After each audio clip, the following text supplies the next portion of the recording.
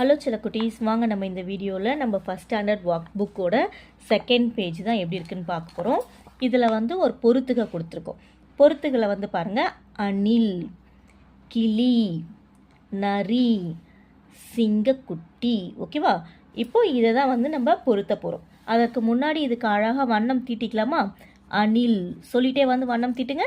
அணில் நல்லா வேகமாக அடிக்கணும், அதே சமயத்தில் வெளியவும் வரக்கூடாது.